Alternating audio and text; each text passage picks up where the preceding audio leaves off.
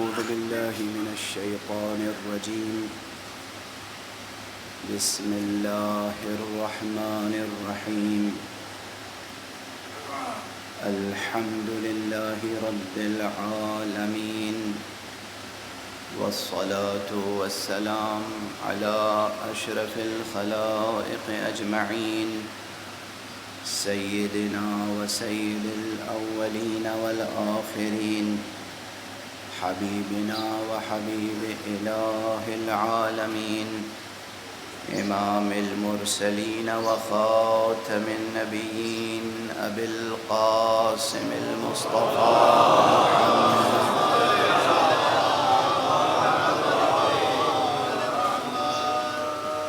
وعلى أهل بيته الطيبين الطاهرين الهداة المهديين المعصومين المظلومين، واللعنة الدائمة على أعداء الدين أجمعين.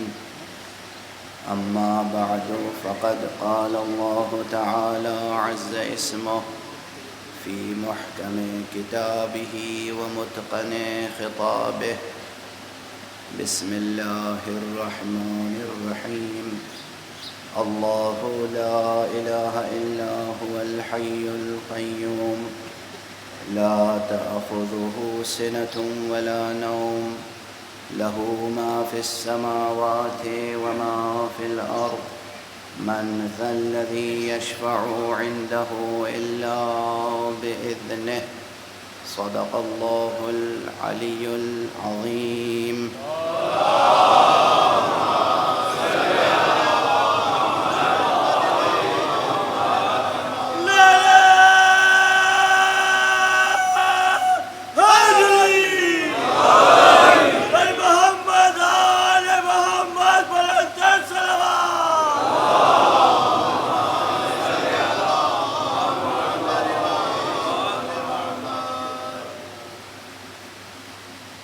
عزیزان گرامی قدر، قرآن حکیم کی عظیم الشان آیت الکرسی کا ایک فقرہ اس سلسلے بحث و گفتگو کا عنوان ہے، اور وہ ہے من ذا الذی یشفع عنده الا بإذنہ. کون ہے جو اس کی بارگاہ میں شفاعت کرے اس کے اذن کے بغیر؟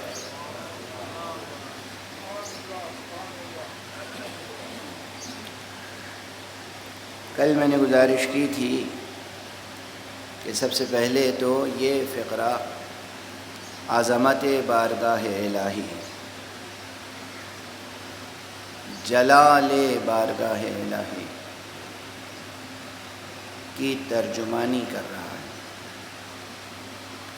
اور ایک فقرہ دوسرے فقرے کے لیے دعوے اور دلیل کی حیثیت رکھتا ہے.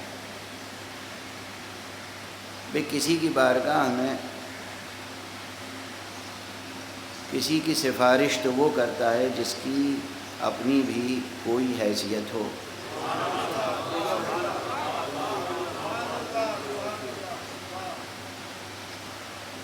فرض کیجئے کہ میں دنیاوی مثالیں دوں. کسی ریاست میں گورنر صاحب بھی ہیں اور چیف منسٹر صاحب بھی ہیں. تو چیف منسٹر صاحب کی اپنی حیثیت ہے اور گورنر صاحب کی اپنی حیثیت ہے. نہ چیف منسٹر صاحب گورنر کے نوکر خاص ہیں، نہ گورنر صاحب چیف منسٹر کے ملازم خاص ہیں. ان کا اپنا عہدہ منصب ہے، ان کا اپنا عہدہ منصب ہے، ان کے بھی کچھ اختیارات ہیں، ان کے بھی کچھ اختیارات ہیں. اب اگر ایک دوسرے سے سفارش کرے تو بات سمجھ میں آتی ہے. یہاں سفارش کے کوئی معنی نہیں. کسی تیسرے شخص کے لیے معلومہ چیف منسٹر صاحب نے گورنر صاحب سے کہہ دیا تھا تو یہ کام ہو گیا، یا گورنر صاحب نے چیف منسٹر صاحب سے کہہ دیا تو یہ کام ہو گیا. یہ تو عہدے اور منصب کے تعلق سے ہے بات. عہدے منصب سے ہٹ کے ذاتی حیثیت میں، فرض کیجئے کوئی صاحب ہیں جو سرمایہ دار ہیں، بہت بڑے بزنس مین ہیں یا انڈسٹریلسٹ ہیں، صنعت کار ہیں، ملک میں ان کا سرمایہ انویسٹ ہوا ہے، ان کی اپنی ایک حیثیت ہے، کوئی بھی حکومت آئے اور جائے ان کی حیثیت اپنی جگہ ہے، وہ ہیں، ان کی فکر ہے، ان کا تدبر ہے، ان کا نظام ہے، ان کا بزنس ہے، وہ کھا رہے ہیں، کما رہے ہیں، اور نہ جانے کتنے ان کے ملازم ہیں۔ اب اگر وہ کسی سے کہیں، کرسی پہ کوئی بھی آئے جائے، کل کوئی چیف منسٹر تھا، آج کوئی چیف منسٹر ہے، معلوم ہوا فلاں انڈسٹریلسٹ نے کسی کی سفارش کر دی چیف منسٹر کے ہاں تو اس کا کام ہو گیا، یہ بات بھی سمجھ میں آتی ہے، کیونکہ ان انڈسٹریلسٹ کا یا اس بزنس مین کا یا اس سرمایہ دار کا یا اس صاحب حیثیت کا جو کچھ بھی سرمایہ ہے وہ ان کی عطا تو ہے نہیں، ان کی اپنی ذاتی کمائی ہے، بلکہ موقع ملنے پر ہو سکتا ہے وہ اپنے الیکشن کے لیے بھی ان سے مانگیں۔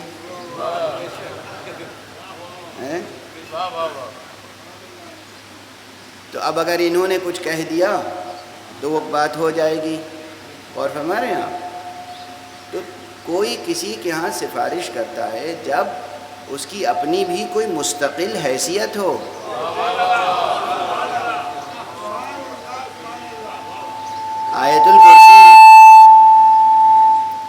آیت الکرسی میں پہلے کہا جا چکا، لہو ما فی السماوات وما فی الارض، جو کچھ آسمانوں اور زمینوں میں ہے سب اسی کا ہے،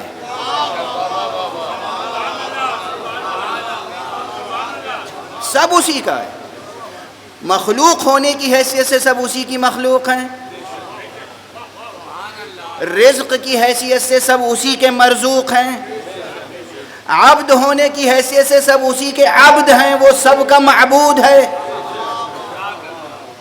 کسی بھی حیثیت سے کوئی مستقل حیثیت ہے ہی نہیں، تو مجال کس کی ہے کہ اس کی بارگاہ میں سفارش کرے؟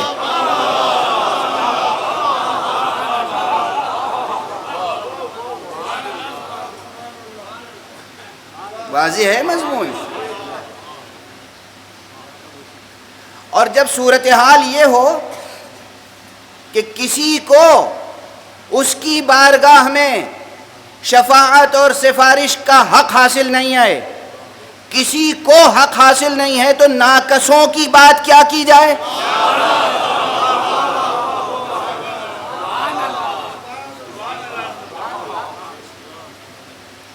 اب یہ ان کا جواب ہے ابتداءً، جو مشرک ہیں، جو بت پرست ہیں، جو صنم پرست ہیں، جو حق سبحانہ و تعالیٰ کے علاوہ دوسروں کی عبادت کرنے لگتے ہیں اور یہ سمجھتے ہیں کہ یہ ہمیں دنیا میں یا آخرت میں کوئی فائدہ پہنچا سکتے ہیں، بت یا کوئی شخص کسی پتھر کی پرستش کرتا ہو، کوئی شخص کسی درخت کی پرستش کرتا ہو، کوئی شخص کسی حیوان کی پرستش کرتا ہو، کوئی شخص کسی دریا کی پرستش کرتا ہو، جی بھر کے گناہ کر رہے ہیں اور بس یہ تصور کر لیا کہ اس دریا میں اگر غوطہ لگا لیا تو سارے گناہ دھل جائیں گے۔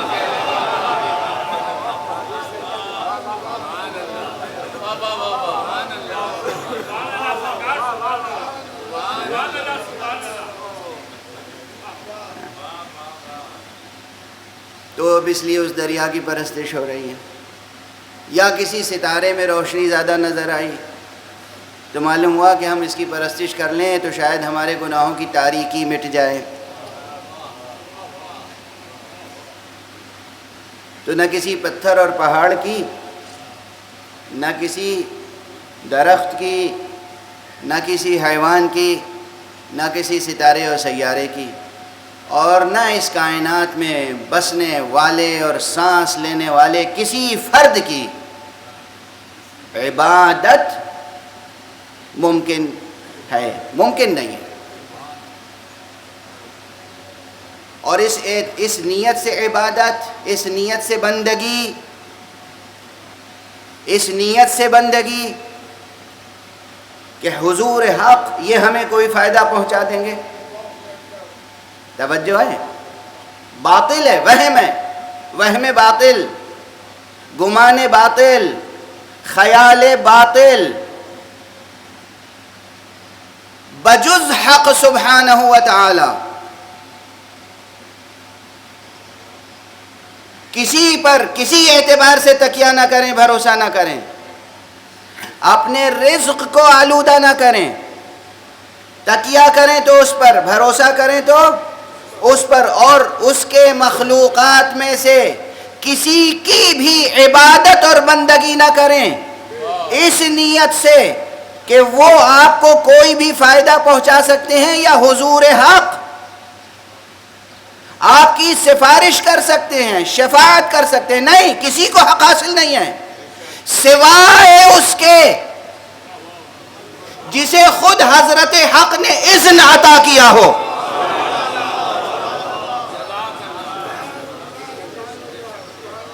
واضح ہے؟ کوئی غلط فہمی تو نہیں ہو رہی ہے؟ دلوں سے ہر قسم کا شرک کھرچ کے نکال دیں. یہ بیچارے غریب عوام کیا شرک کریں گے؟ شرک تو وہ تخت نشین کر رہے ہیں جو اپنا تخت و تاج سنبھالنے کے لیے خدا اور رسول کو بھول کر کبھی مشرق کی طاقت کی پرستش کرتے ہیں، کبھی مغرب کی طاقت کی پرستش.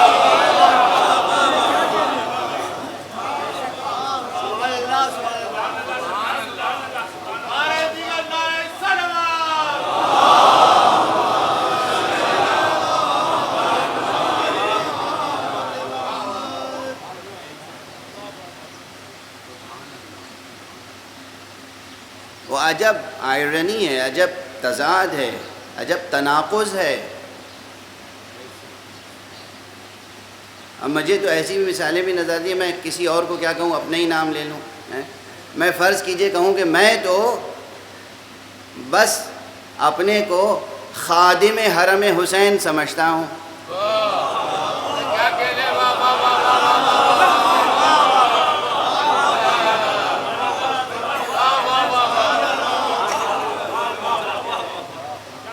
اور میں اپنے نام کے ساتھ لقب یہی اختیار کر لوں، خادم حرم حسین. اور میرا جو لیٹر ہیڈ ہو اس پہ بھی لکھا ہو خادم حرم حسین. اور میں جب کسی کو کوئی چیز ہدیے میں دوں تو اس پہ بھی لکھ کے دوں خادم حرم حسین.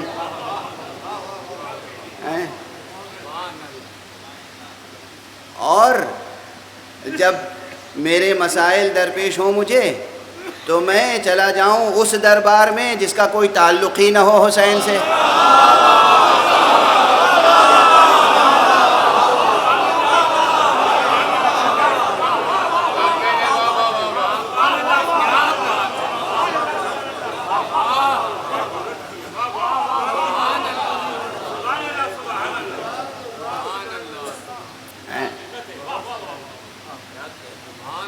تو ایسی مثالیں دنیا میں مل جائیں گی.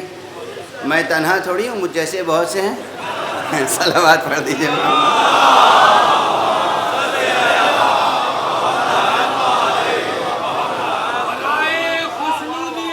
محمد وآل محمد و امام زمانہ بلند ترین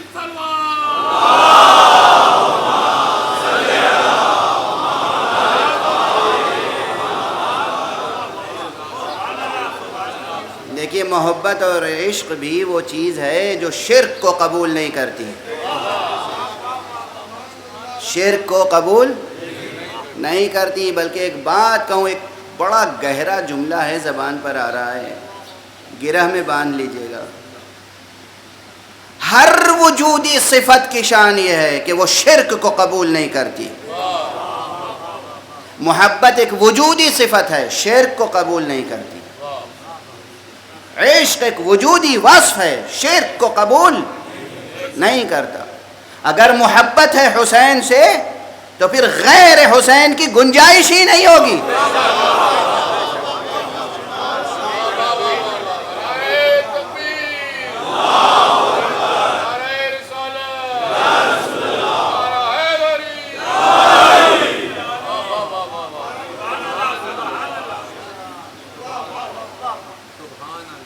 عشق اگر حسین سے، عشق اگر مصطفیٰ سے ہے، عشق اگر اللہ سے ہے، تو پھر ممکن نہیں ہے کہ یہ عشق شرک کو قبول کر لے۔ اچھا، اور دور کی بات نہ کروں، نازک مسئلہ ہے، گھر گھر کا مسئلہ ہے، ہر نفس کا مسئلہ ہے۔ زن و شوہر کے درمیان محبت ہوتی ہے، وہ خاص محبت جو شوہر کو زوجہ سے ہے اور وہ خاص محبت جو زوجہ کو شوہر سے، اس میں کسی شرک کی گنجائش ہے؟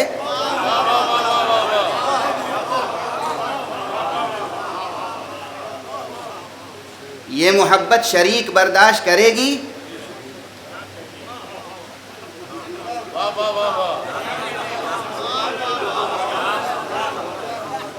توجہ ہے؟ سمجھیے میں نے جملہ کیا کہا تھا؟ کوئی بھی وجودی وصف، کوئی بھی وجودی صفت، کوئی بھی وجودی وصف، یہ جملے خطیبانہ نہیں ہوتے بھائی، اسے سنبھال کے رکھ لیا کیجیے۔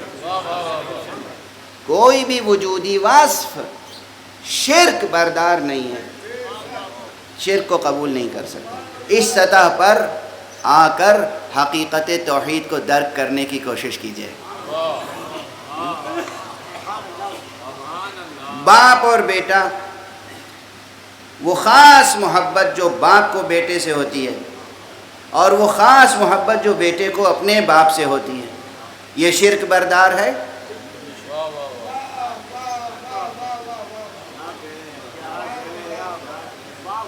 یعنی جو مخصوص عزت و احترام اور محبت سگے بیٹے کو اپنے سگے باپ سے ہونی چاہیے، بالکل ویسے ہی محبت بیٹا کسی اور سے کر سکتا ہے؟ کر ہی نہیں سکتا۔ یعنی گنجائش یہاں شرک کی نہیں ہے۔ حقیقی بھائی سے جو محبت رکھتا ہے، دوستوں کی ایک لمبی فہرست ہو سکتی ہے، مگر ایک سگے بھائی کو سگے بھائی سے جو خاص محبت ہونی چاہیے، اس خاص محبت میں کسی کو اور دخل کی گنجائش نہیں ہے۔ اس سے بڑھ کر کسی کے ایک سے زیادہ دوست ہو سکتے ہیں، مگر ہر دوست سے جو ایک خاص رشتہ ہے، وہی خاص رشتہ دوسرے سے نہیں ہو سکتا۔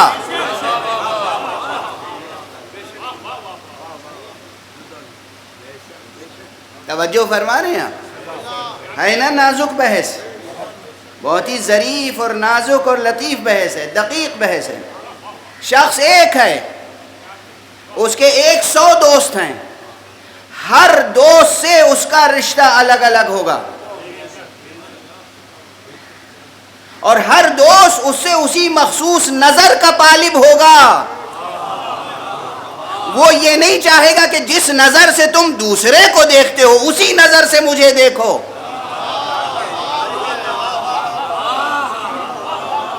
توجہ ہے؟ غور فرما رہے ہیں آپ؟ یہ واہ واہ کی بات تو ہے، مگر تربیت نفس کی بات بھی ہے۔ یہ تربیت نفس اور اخلاقی تربیت کی بحث ہے۔ کوئی بھی وجودی وصف شرک کو قبول نہیں کر سکتی، صفت کوئی بھی وصف شرک کو قبول نہیں کر سکتا، اس لیے کہ وجود شرک کو قبول نہیں کر سکتا، اس لیے کہ یہ وجود کس کا عطا کیا ہوا ہے؟ حضرت حق سبحانہ و تعالی کا، اور وہ شرک کو قبول نہیں کر سکتا۔ نعرہ تکبیر، نعرہ تکبیر، نعرہ رسالت، نعرہ رسالت، نعرہ حیدری، نعرہ حیدری، اور محمد والے محمد صلی اللہ علیہ وسلم۔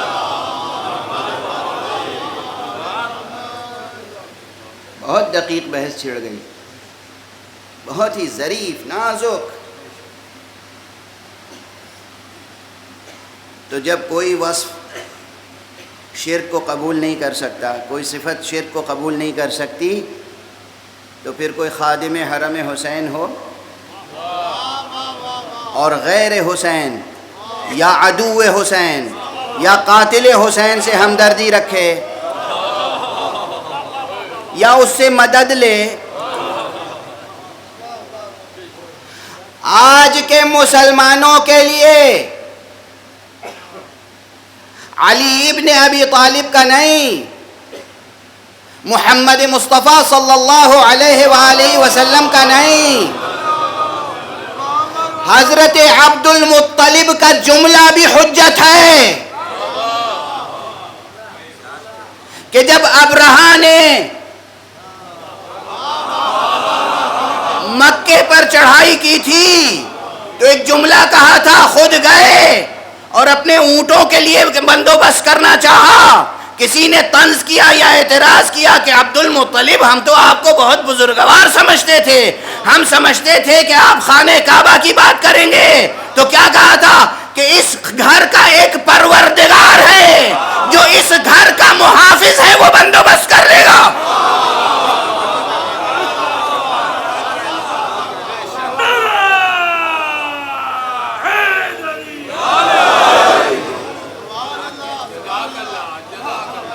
یہ ایک مکالمہ جو تاریخ میں محفوظ رہ گیا ہے، چھوٹا سا جملہ، یہ نہ جانے ہزاروں بلکہ لاکھوں صفحے کی کسی انسائکلوپیڈیا پہ بھاری ہے۔ ان للبیت ربا، اس بیت کا بے شک ایک رب ہے اور وہ اس بیت کو خود بچا لے گا، اور اس نے اس بیت کو بچایا۔ بہرحال بات زیادہ دور تک نہ جائے اور دامن وقت کے اعتبار سے گفتگو محدود رہے۔ جب کسی مسئلے میں کوئی مستقل ہے ہی نہیں، استقلال نہیں رکھتا، تو حضور حق میں کسی کی سفارش کیا کر سکتا ہے؟ اب یہاں کوئی استثناء نہیں ہے، ابھی کوئی ایک سنگل ایکسیپشن بھی نہیں ہے، کوئی اللہ سبحانہ و تعالیٰ کے مقابلے میں کوئی مستقل حیثیت رکھتا ہے؟ اپنے اپنے عقیدوں کو سنبھالیے۔ وما قدر اللہ حق قدرہ، لوگوں نے اللہ کی قدر نہیں کی جیسی کہ کی جانی چاہیے تھی۔ یہ قرآن ہے، اللہ کو فراموش نہ کیجیے زندگی میں۔ اللہ ایک زندہ حقیقت ہے، اللہ ایک تصور نہیں ہے۔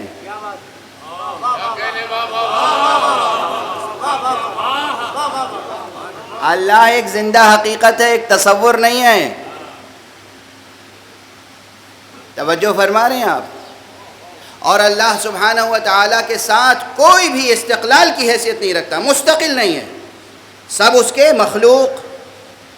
نور محمد کو اللہ نے اپنے نور سے خلق کیا تو محمد ہے مخلوق، اللہ ہے خالق۔ مخلوق ہیں یا نہیں؟ اور پنجتن پاک کے انوار مقدسہ،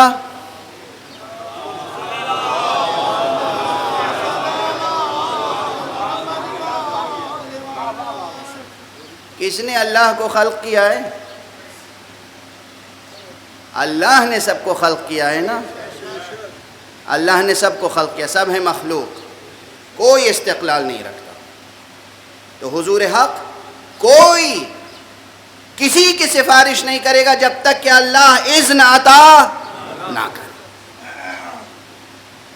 بحث بہت نازک ہے، پھر بتائیے کہ ہم شفاعت کا کوئی تصور رکھیں بھی یا نہ رکھیں، مایوس ہو جائیں؟ نہیں، بالکل رکھیں۔ شفاعت کی طرف خود قرآن نے اشارہ اسی لیے تو کیا ہے۔ شفاعت کی پھر حقیقت کیا ہے؟ اذن اور عہد کے الفاظ اور کلمات کیوں آئے؟ بات دقیق ہے اور بہت جلدی فیصلہ نہ کر لیجئے گا، ساتھ ساتھ چلیے گا، ابھی چند تقریریں اور باقی ہیں۔ اگر کوئی ایک نظام قائم ہو اور کہہ دیا جائے، ابھی وہی دنیاوی مثال چھوٹی سی دے دوں تو پھر بات سمجھ میں آ جائے گی۔ کسی گورنر ہاؤس میں ایک طویل لائن لگی ہو کسی امر کے لیے، کسی مسئلے کے لیے، لیکن خود گورنر نے مقرر کر دیا ہو کہ فلاں شخص کے ساتھ جو آئے گا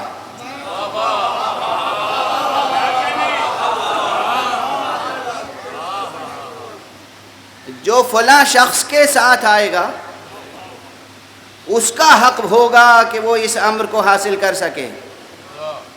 اس کے علاوہ یعنی یہ ایک رمز ہے، توجہ فرما رہے ہیں آپ، یہی رمز ہے جو میں نے عرض کیا تھا کہ حضور حق کسی کو حق شفاعت نہیں ہے مگر وہ بنص قرآن جسے اللہ نے اذن دیا ہو، اور جسے اللہ نے اذن دیا ہو پھر اس سے توسل کرنا شرک نہیں ہے.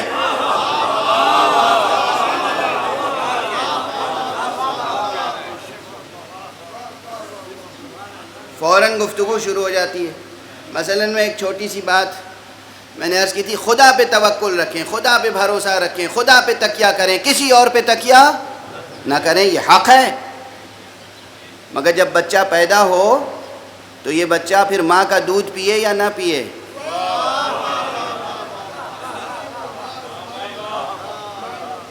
بچے کو ماں کی گود سے چھین کے الگ رکھ دیں اور کوئی کہے کیا کر رہے ہو بھائی، ماں کا دودھ پیے گا؟ کہ اللہ اس کو خود اس کی بھوک مٹا دے گا، اللہ پیاس مٹا دے گا، یہ خود پروان چڑھ جائے گا. اللہ ہی نے اسے اس ماں کی گود میں رکھا ہے اور اس کی غذا اس کی ماں کے سینے میں ودیعت کی ہے. اس لیے اس بچے کو اس ماں کی آغوش سے جدا نہیں کیا جا سکتا. اس بچے کو اس ماں کی آغوش میں رکھنا ہی توحید ہے، نکال دینا شرک ہے.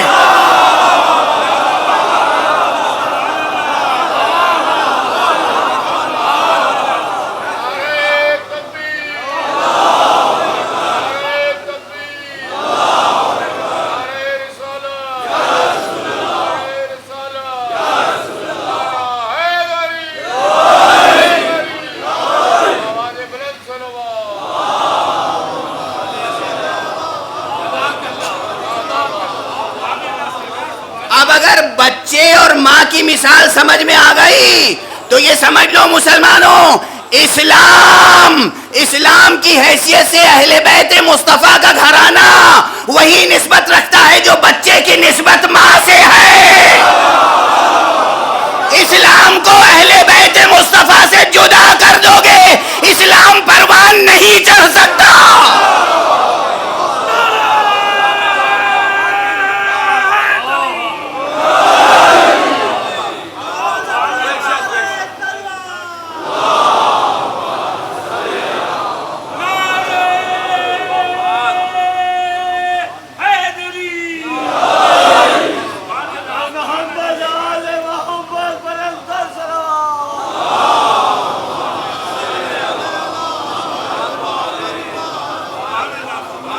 توحید اپنی جگہ محفوظ ہے، مگر ہر مسئلے میں ہم کہیں گے یا محمد، یا رسول اللہ، یا نبی اللہ. یہ نبی کو پکارنا، رسول کو پکارنا، مصطفیٰ کو پکارنا یہ شرک نہیں ہے.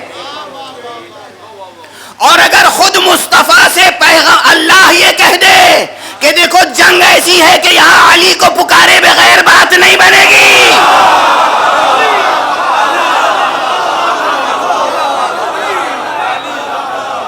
تو اگر خود مصطفیٰ کہے یا علی آؤ یہ پرچم لو اور اب تم آگے بڑھو، تو ناد علی کہنا بھی شرک نہیں ہے. صلوات پڑھنے محمد و آلہ محمد.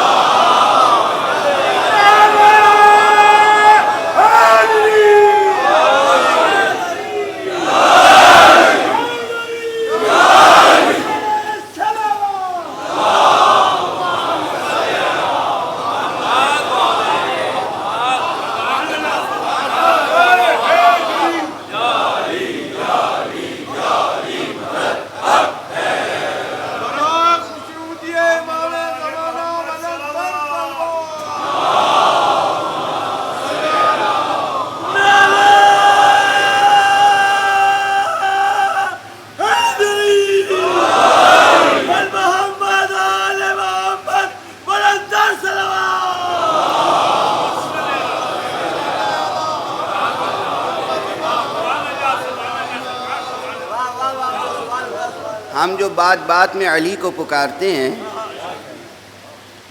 تاریخ میں کہیں کوئی واقعہ ہے کہ ہم نے کہیں الیکشن کر کے علی کو مقرر کیا ہو؟ ہم نے نہ علی کو سلیکشن سے انتخاب کیا نہ الیکشن سے انتخاب کیا. ہم نے سنا مولا مصطفیٰ کی زبان مبارک سے، پیغمبر نے کہا کہ گواہی دو کیا اللہ نے مجھ کو تمہارے نفسوں پر تم سے زیادہ حق نہیں دیا ہے؟ سب نے کہا بلا. کہا پھر سن لو کہ جس کا میں مولا ہوں اس کا یہ علی مولا ہے.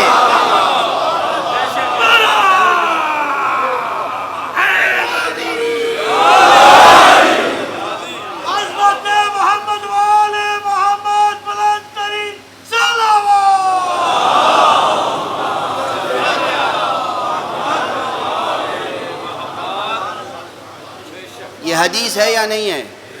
روایت ہے یا نہیں ہے؟ واقعہ ہے یا نہیں ہے؟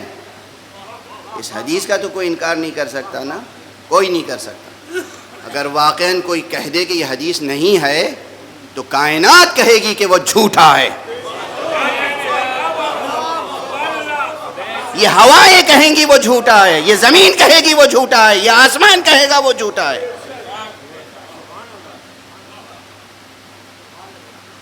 کوئی انکار نہیں کر سکتا اس حدیث کا. صرف لفظ مولا میں بحث کرتے ہیں. ہاں کہا تو ہے رسول نے، مگر مولا کے معنی کیا ہیں؟ پرانی بحث ہے، میں اشارہ کر کے آگے بڑھ رہا ہوں، اس موضوع پہ پڑھنا تھوڑی ہے مجھے. ہاں رسول نے یہ کہا ہے، بے شک کہا ہے کہ میں جس کا مولا ہوں یا علی اس کے مولا ہیں. من کنت مولا فہذا علی مولا، یا من کنت مولا فعلی مولا. یہ کہا ہے حضرت نے، مگر مولا کے معنی دوست کے ہیں. بھائی یہ اپنی اپنی سمجھ اور اپنے اپنے ظرف کی بات ہے.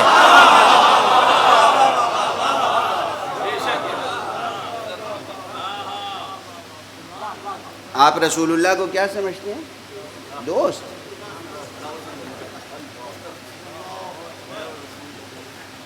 آپ دوست سمجھتے ہیں رسول اللہ؟ اپنی حیثیت تو دیکھیں.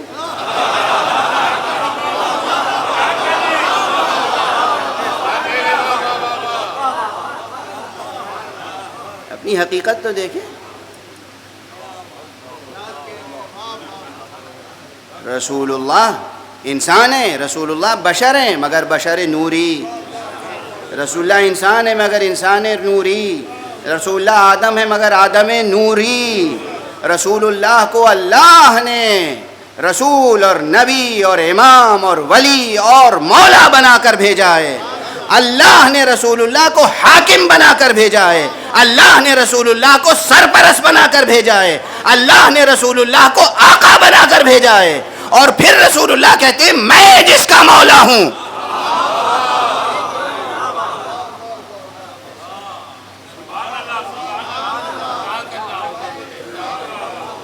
یہ علی اس کے مولا ہیں. تو اب یہ بات اپنی جگہ مسلم، کوئی حضور حق کوئی استقلال نہیں رکھتا، کوئی مستقل حیثیت نہیں رکھتا، کسی کی کوئی جگہ نہیں ہے، کوئی پوزیشن نہیں ہے. عرش الہی کے مقابلے میں کسی کا نہ عرش ہے نہ کرسی. مگر اللہ اگر خود کسی کے لیے عرش و کرسی تو کیا ایک نور کا منبر بنا دے تو ہم اور آپ کیا کر سکتے ہیں؟ عطا الہی ہے. اب جائیے دیکھیے پیغمبر صلی اللہ علیہ وآلہ وسلم نے خود فرمایا ہے یا نہیں کہ محشر میں میرے لیے ایک مخصوص نور کا منبر ہوگا. یعنی ایک طرف عرش ہوگا اللہ کا اور ایک طرف نور کا منبر ہوگا. اور کسی کے لیے کچھ ہے؟ نور کا منبر ہوگا، اس پر یہ آدم نوری جلوہ فرما ہوگا، اور منبر کے برابر میں ایک نور کا پیکر اور ہوگا، اور اس کے ہاتھوں میں ایک علم ہوگا جس علم کا سایہ پیغمبر اکرم کے سر پر ہوگا. توجہ ہے، علی رسول پاک کا دنیا میں بھی علمدار ہے، آخرت میں بھی علمدار.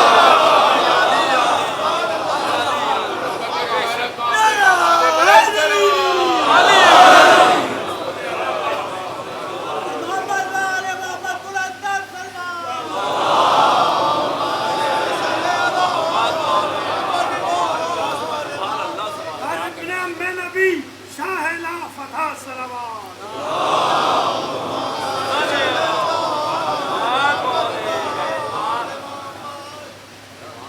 محمد اللہ نہیں ہے، معبود نہیں ہے، رازق نہیں ہے، علی اللہ نہیں ہے، معبود نہیں ہے، رازق نہیں ہے، مگر اللہ سبحانہ و تعالی نے محمد کو، علی کو، زہرا کو، حسن و حسین کو اذن عطا کیا ہے۔ ان کے اور اس کے درمیان ایک عہد ہے، اور اس لیے یہ حق شفاعت رکھتے ہیں۔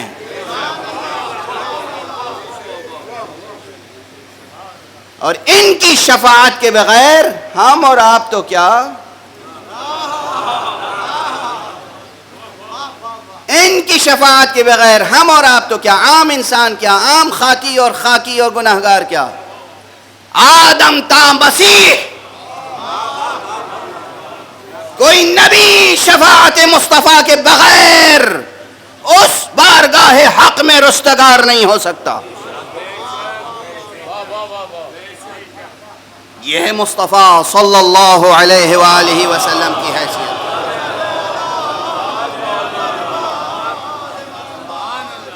عظمت پنجتن پاک علیہ السلام بلند ترین صلوات۔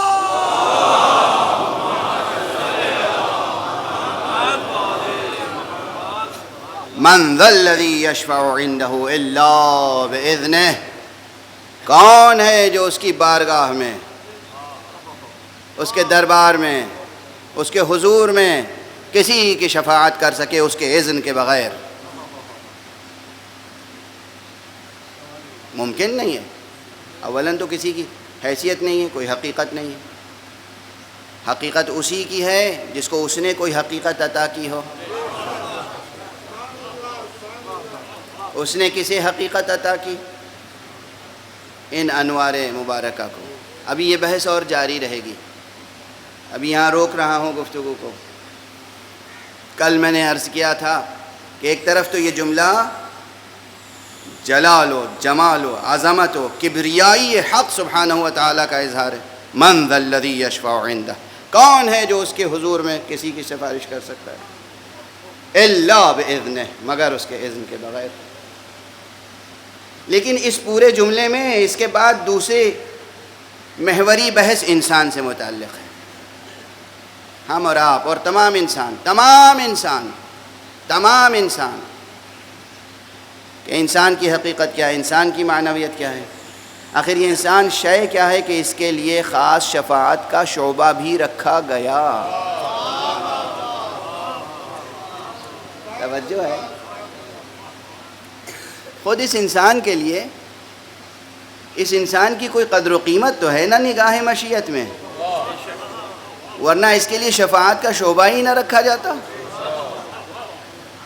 یہ شعبہ رکھا کیوں گیا؟ یہ قلمدان مخصوص کیوں کیا گیا ہے؟ بتائیے، ایک حیثیت ہے اس کی۔ اسی لیے پرانا جملہ ہے میرا کہ آپ سب یہ انسان، یہ جوہر نفیس انسان، یہ نفس نفیس انسان، ابھی عام انسان کی بات کر رہا ہوں، یہ مقصود مشیت ہے، آپ کی بڑی حیثیت ہے، بڑی حقیقت ہے۔ اپنے کو سستے داموں نہ بیچا کریں۔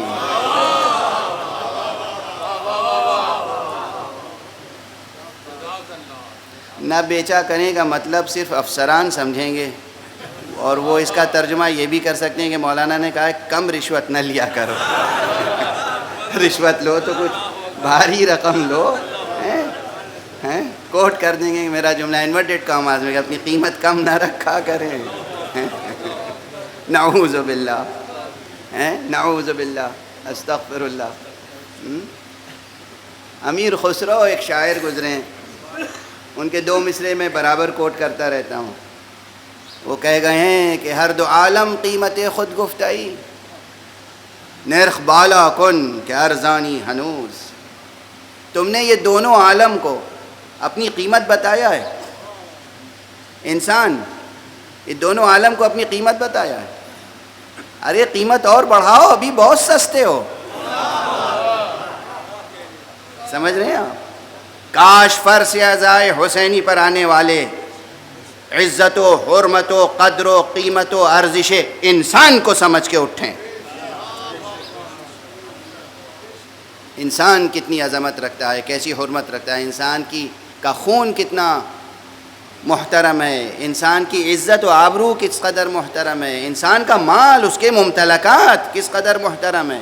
ایک انسان کو دوسرے انسان پر تجاوز کا حق حاصل نہیں ہے۔ احترام کا رشتہ رکھیں آپس میں۔ انسان کی ایک بڑی معنویت یہ ہے کہ اس کائنات میں ہر شے کی قدر و قیمت انسان کی نسبت سے مقرر ہوتی ہے۔ ایک بالکل نئی بحث ہے جو اس سلسلہ گفتگو میں چھیڑی ہے میں نے اس جملے کے ساتھ۔ انسان کی معنویت کی بات کرتا رہا ہوں نا، انسان کی معنویت، انسان کی قدر و قیمت، انسان کی ارزش کیا ہے؟ انسان کی ارزش یہ ہے کہ ہر شے کی قدر و قیمت اس انسان کی نسبت سے مقرر ہوتی ہے، بلکہ یہ انسان مقرر کرتا ہے۔ زمین کی قیمتیں کون مقرر کرتا ہے؟ انسان۔ زمین سے اگنے والی چیزوں کی قیمتیں کون مقرر کرتا ہے؟ انسان۔ زمین کی تہوں میں جو ذخیرے ہیں ان کی قدر و قیمت کون مقرر کرتا ہے؟ انسان۔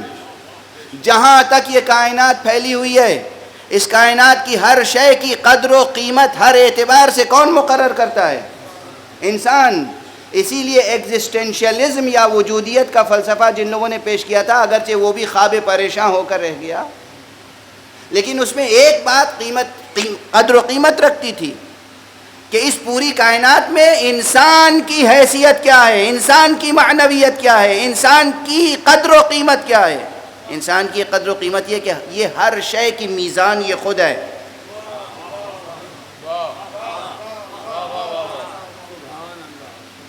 مشکل بحثیں ہیں، ظاہر سی بات ہے، لوگ کہیں گے کہ یہ لٹریچر کی اور فلسفی کی بحثیں ہیں، آپ ممبر پہ لے کے کیوں چلے آتے ہیں؟ یہ آپ کا پرانا اعتراض ہے، میں اس کا عادی ہو گیا ہوں۔ کوئی نیا اعتراض ہو تو لے کے آئیے گا۔ بھئی یہ جب انسان سے متعلق بحث ہے تو ہر انسان کو معلوم ہونا چاہیے، چاہے وہ کھیت میں کام کرنے والا مزدور ہو، اس کی قدر و قیمت ہے۔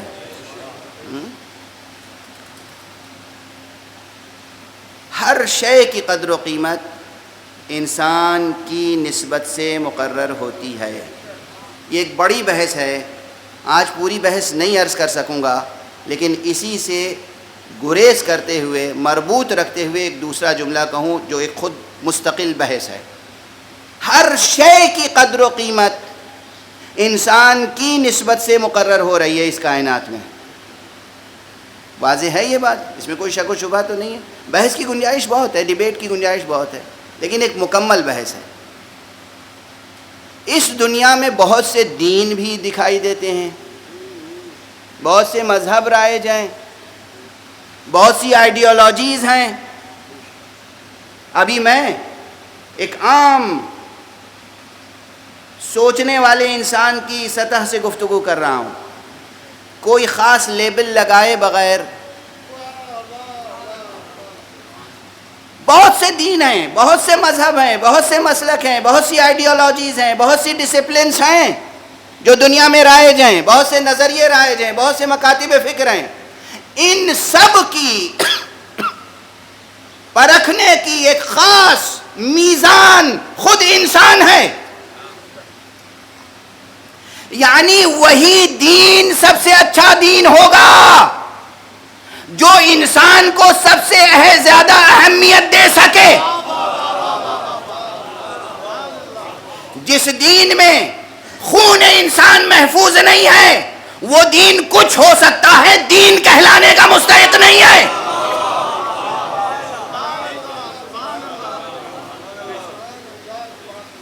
انسان کی جان، انسان کا خون، انسان کی عزت و آبرو اگر یہ محفوظ نہیں ہے تو وہ دین کہلانے کا مستحق نہیں ہے۔ اب دین کی صفوں میں بہت سے دین نظر آ رہے ہیں آج۔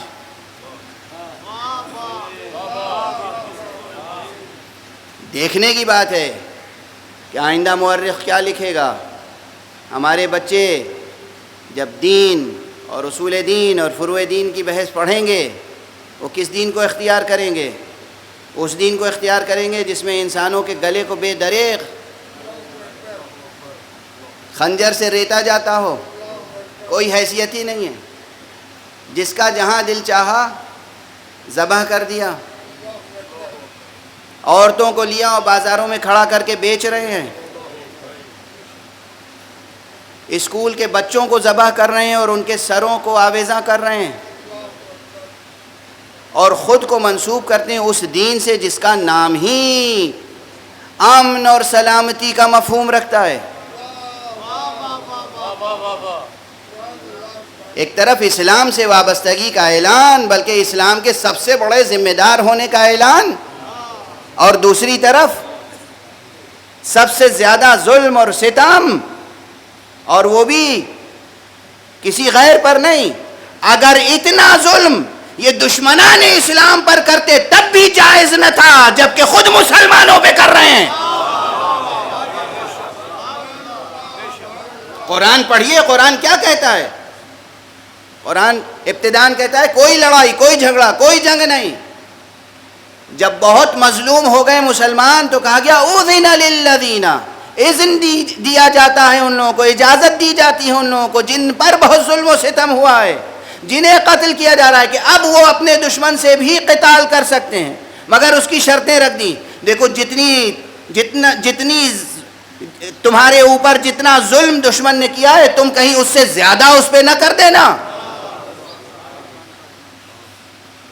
دیکھو جنگ کرنے جا رہے ہو تو جو لڑنے کے لیے تمہارے مقابلے میں آئے بس اس سے لڑنا، میدان سے جو فرار کر رہا ہو اس کے پیچھے نہ جانا، عورتوں پہ ظلم نہ کرنا، بچوں پہ ظلم نہ کرنا، جانوروں پہ ظلم نہ کرنا، درختوں کو آگ نہ لگانا۔ جس اسلام نے کہا تھا کہ سوکھے درختوں کو بھی آگ نہ لگانا، وہ زندہ مسلمانوں کو جلا رہے ہیں۔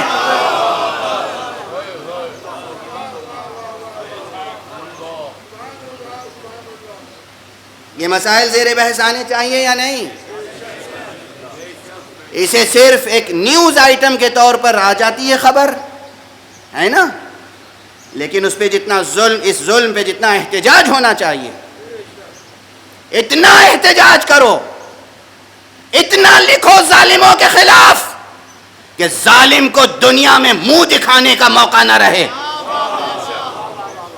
اتنی آواز اٹھاؤ کہ ظالم نادم ہو، شرمسار ہو، شرم سے اس کی نگاہیں جھکاؤ، خاموش نہ بیٹھو۔ اگر خاموش رہے ظلم پر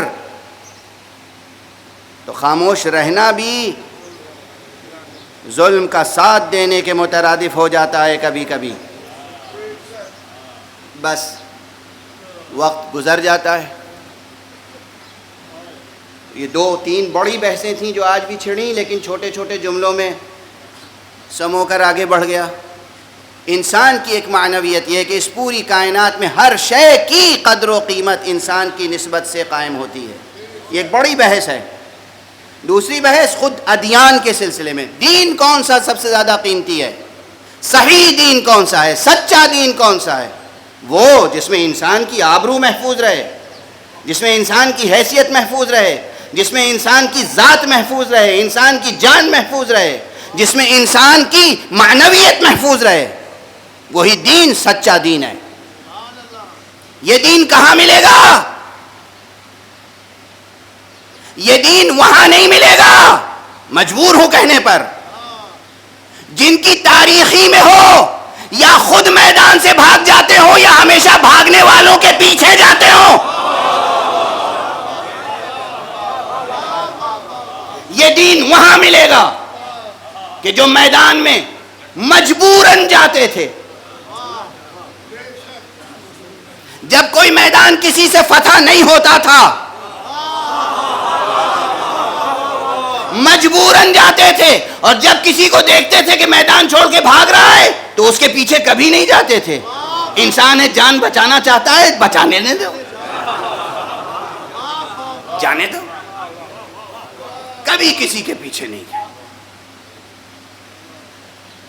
سن لیجئے 2 فقرے، آپ حضرات ہمیشہ مولا امیر المومنین علی ابن ابی طالب علیہ الصلاۃ والسلام کی شجاعت کے کارنامے زیادہ سننا چاہتے ہیں، ہے نا؟ سمجھتے ہیں سب سے زیادہ شجاعت و بہادری کی باتیں یہ ہیں کہ قلعہ خیبر فتح کر لیا اور مرحب کو قتل کر دیا اور انتر کو قتل کر دیا اور عمرو ابن عبد وقت کو قتل کر دیا۔ میرا بہت پرانا جملہ ہے جو کبھی غالباً مدینۃ العلم کی مجلسوں میں عرض کیا تھا کہ کسی کا قتل کرنا علی کی فضیلت نہیں، مجبوری ہے۔ بہت پرانا جملہ ہے، یاد ہوگا نا؟ کسی کا قتل کرنا علی کی فضیلت نہیں، مجبوری ہے۔ علی مجبوراً جاتے تھے، جب کسی سے مہمیں سر نہیں ہوتی تھیں تو جاتے تھے، لیکن جاتے کیسے تھے؟ علی کی تلوار کی شہرت ہے، علی کے سواری کے گھوڑے کی بھی بڑی شہرت ہے، مگر میں چھوٹے چھوٹے 2 جملے مورخوں کے نقل کر کے آگے بڑھ جاؤں گا، سنیے اور یاد رکھیے گا۔ امیر المؤمنین علی ابن ابی طالب علیہ الصلاۃ والسلام، یہ تاریخ ہے، تاریخ۔ 2 خصوصیتیں لوگوں نے بیان کی ہیں۔ ایک تو امیر المومنین بیشتر جنگوں میں جاتے تھے تو زرہ پہن کے نہیں جاتے تھے، اور اگر کبھی زرہ پہن کے بھی جاتے تھے تو آپ کی زرہ میں صرف سینے کا حصہ تھا، پشت کا حصہ تھا ہی نہیں۔ تاریخ ہے یہ۔ پوچھنے والوں نے پوچھا کہ یا علی یہ زرہ کیسی ہے؟ پشت کا حصہ تو ہے ہی نہیں، بس سینے کا حصہ ہے۔ کہا خدا اس دن کے لیے مجھے زندہ نہ رکھے جب میرا دشمن کبھی میری پشت کی طرف سے غالب آ جائے۔ صرف سینے کا حصہ۔ اور اس سے بڑھ کر اکثر جنگوں میں علی گھوڑے پہ سوار ہو کے نہیں جاتے تھے، پیدل تشریف لے جاتے تھے، پیادہ اپنے دونوں قدموں پہ۔ آنے والا دشمن گھوڑے پر ہے، یہ پیادہ چلے جا رہے ہیں۔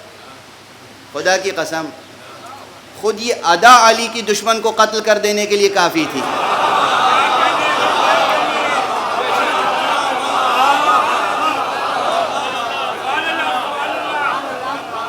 وہ سر پہ خود، زرہ، تلوار، ترکش، اور اس کے بعد گھوڑے پہ سوار اور تمام جنگی ساز و سامان اور اسلحے کے ساتھ میدان میں آ رہا ہے، اور دیکھ رہا ہے کہ سامنے ایک شخص چلا آ رہا ہے، صرف تلوار لیے ہوئے، ہلکا سا کرتا پہنے ہوئے، پیادہ چلا آ رہا ہے، جیسے اس کی تمام شان و شوکت کا مذاق اڑا رہا ہو۔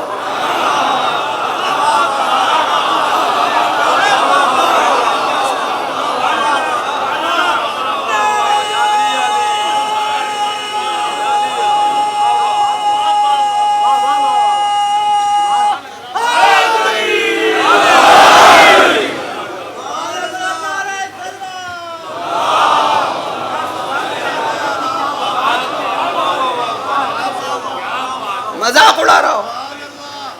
یعنی کیا ایک وہ دنیاوی جاہو جلال، خود، زرہ، 4 آئینہ، تلوار، ترکش، نیزہ، ہر چیز، عمدہ سواری کا گھوڑا وغیرہ وغیرہ، ایک یہ دنیاوی جاہو جلال، ایک وہ روحانی اور نورانی اور ربانی جاہو جلال، دنیا کے ہر وسیلے اور ہر اسلحے سے بے نیازی، اور ایک متانت اور وقار کے ساتھ اپنے قدموں پہ میدان میں آ رہے ہیں۔ پوچھنے والوں نے کہا یا علی آخر ہمیشہ آپ اپنے قدموں پہ کیوں جاتے ہیں، گھوڑے پہ سوار ہو کے کیوں نہیں جاتے؟ کہا یہ بتاؤ گھوڑے کا کام کیا ہے اس میدان جنگ میں؟ بھئی گھوڑا ہوتا ہے یا بھاگتے کے پیچھے جانے کے لیے یا خود بھاگنے کے لیے۔ علی نہ کبھی بھاگتے کے پیچھے جاتا ہے نہ خود بھاگتا ہے۔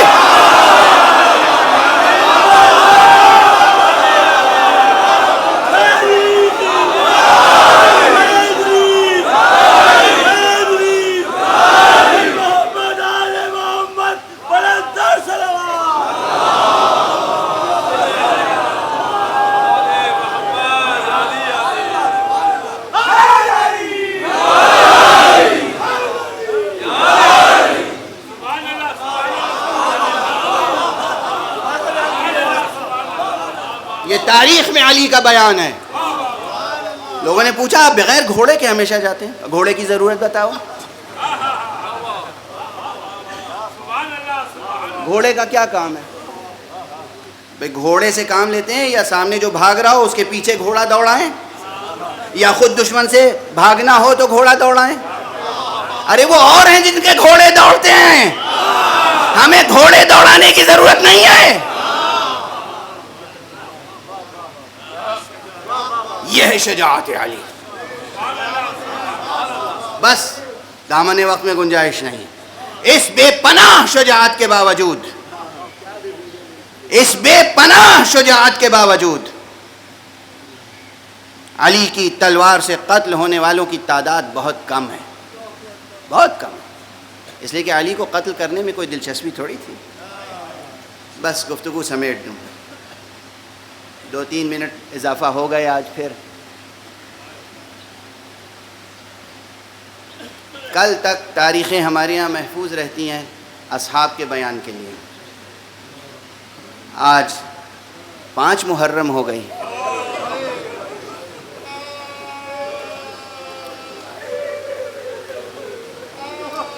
آج سے علی کے جگر کے ٹکڑوں کی شہادتوں کا بیان ہوتا ہے.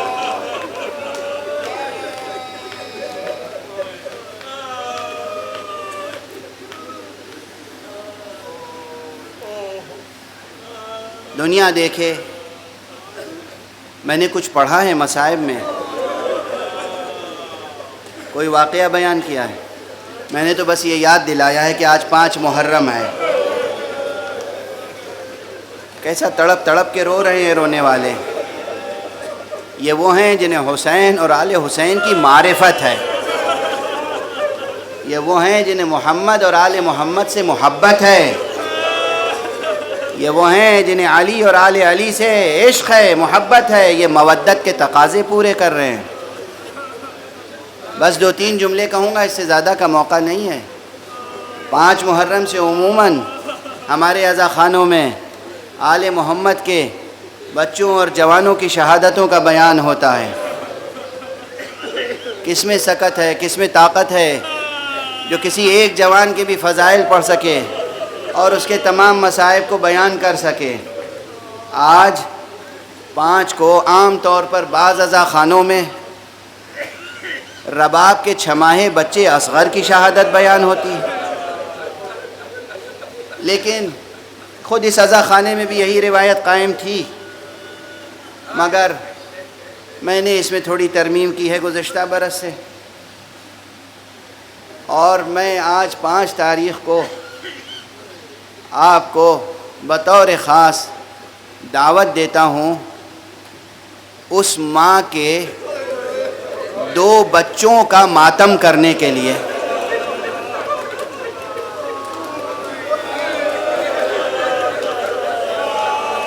جس ماں کو اپنے بچوں کا ماتم کرنے کا موقع ملا تو بھی اس نے نہیں کیا.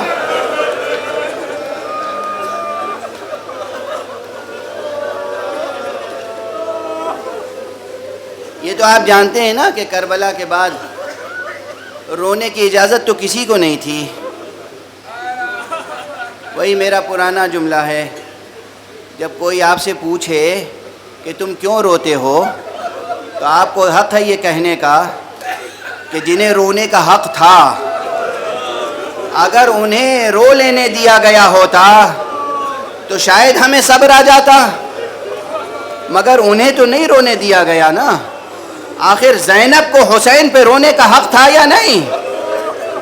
سکینہ کو اپنے بابا پہ رونے کا حق تھا یا نہیں؟ سید سجاد کو اپنے بابا پہ رونے کا حق تھا یا نہیں؟ مگر انہیں نہیں رونے دیا گیا. سکینہ بیٹی ہے مگر اسے جب رونا چاہتی تھی تو نیزے سے اذیتیں دی جاتی.